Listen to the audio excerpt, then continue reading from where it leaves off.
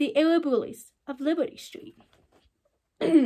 Once there was a street called Liberty Street, and Liberty Street was lined with white houses that were so much alike, it was difficult to tell one from another. This was just the way Fat General Pinch and his skinny wife liked it. The Pinches spied on their neighbors all day long. They had nothing better to do. They hated anything that looked like fun. They got upset when Joy hung upside down from a maple tree. They got angry when Katie crept around like a tiger. They got furious when Jack spun around until he felt dizzy. And whenever the Pinches got upset or angry or furious, the general would grab his bullhorn and shout, "I'll call in the army!" And the fun would have to stop right then and there. When summer came, the Pinches ordered the children to stay inside. The kids were miserable. So were their parents, but what could they do? Everyone was terrified of the general and his army, and orders were orders. The children had to stay inside. It was a lonely time. General and Mrs. Pinch smiled nasty smiles and stood proudly at their windows, keeping a sharp lookout for fresh trouble. Tulips growing, robins building nests, that kind of thing. And whenever the Pinches saw anything they didn't like, the general would haul out his bullhorn. "I'll call in the army," he said.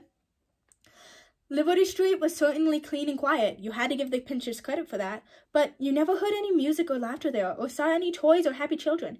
It was a sad place, and that made the Pinches very glad. Then one day the Arab bullies came to Liberty Street and moved in next door to the Pinches. They gave the general and his wife a lot to look at. For one thing, there were dozens and dozens of them. Children and moms and dads and aunts and uncles and grandparents and great-grandparents and great-great-great-grandparents. For another, the Arab bullies had pets. They had anteaters and porcupines, elephant, walruses, and sloths. They even had a wok, a few papalocks, and a wild barumpus. Mrs. Pinch sunk in both cheeks. "Disgusting," she hissed. "I'll call in the army," boomed the general.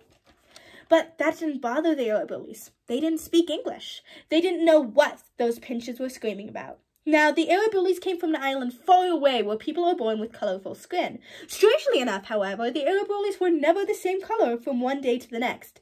For example, one day Grandfather Arab bully might be orange, Auntie Arab bully blue, and Baby Arab bully pink. But Gramps could have easily just woken up yellow, Auntie green, and Baby purple.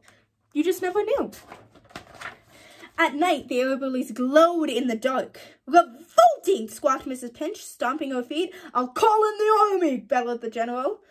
The first improvements the Arab bullies made to their home was to paint it red and white zigzags. They decorated it with flashing colored lights and hung toys from the trees. They drew jungle scenes on the sidewalk and poured sand on the grass and made sand creatures. The Arab bullies weren't the neatest people in the world, truth to tell, but they sure knew how to have fun. They put all their furniture all over the yard and lived outside. They played outside, ate outside, and watched TV outside. They even slept outside, all cuddled up like puppies in the biggest bed you ever saw in your life. They snored like crazy. The animals lived inside, in the shower, in the sink, under the stairs, and in the chimneys. They ran all over the place. What a racket they made. "No noise!" screamed Mrs. Pinch, shaking her bony fist in the air, and you can guess what the general hollered. But no matter how much the Pinches screamed, the Arab bullies didn't pay attention. They were having too much fun. General and Mrs. Pinch were miserable.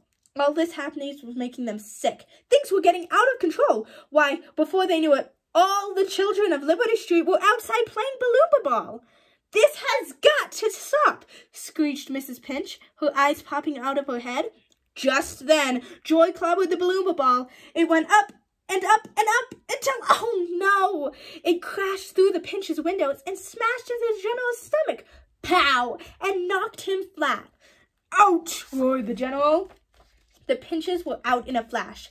"This means war!" wailed Mrs. Pinch. "I'll call in the army!" cried the general. And he whipped out his walkie-talkie.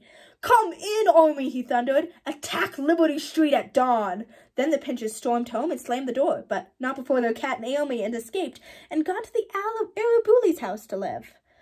The Arab bullies smiled and shrugged, but the rest of Liberty Street was in a panic. The army was coming. Doors were locked and blinds were pulled down tight. Everyone was terrified. Everyone, that was, but Joy. Those mean old Pinches, she thought. When their army comes, they'll take away the Arab bullies. Well, I won't let them. I won't.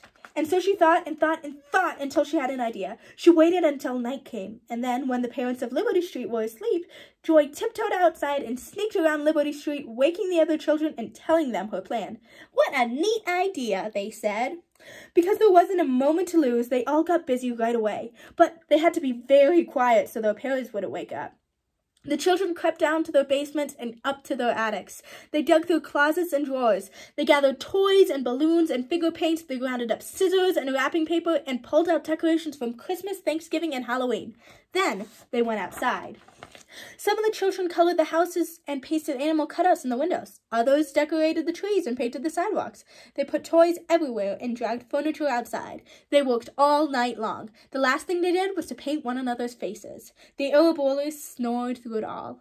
It was almost dawn when they were finished. Liberty Street had never ever looked wilder or more colorful, and the children were very proud. Before long, they heard the angry rumble of the army approaching. The ground shook. Soon there were guns and bombs and helicopters and thousands of soldiers marching past the colorful homes of Liberty Street. Now, armies, of course, don't think. They only followed orders, and General Pinch's orders were very clear. "There's a house on Liberty Street that's different," he roared from his windows. "It's disgusting. Get rid of it, and get rid of the weirdos who live in it."